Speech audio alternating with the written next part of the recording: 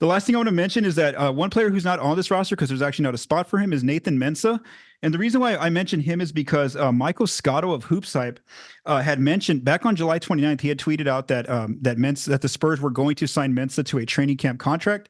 Well, because they ended up filling out their roster with Flynn and Boston Jr., who we didn't initially know were going to sign with the Spurs, that meant Mensah cannot currently join the team at all, not even on a training camp contract, until the Spurs waive someone. So again, in order for Mensah to sign his training camp deal, the Spurs would need to waive one of those three players, either Minix, Flynn, or Boston Jr. And then from there, then they can sign Mensah to a training camp contract. So that's kind of interesting to watch with Mensah because I wrote about him as well during summer league, and I found him as a very interesting option as maybe like a third center or fourth center on the roster.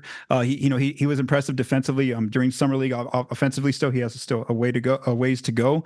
But he played some good minutes for San Antonio there in summer league, especially on the defensive end. And again, he would be a player that the Spurs could sign and add for depth.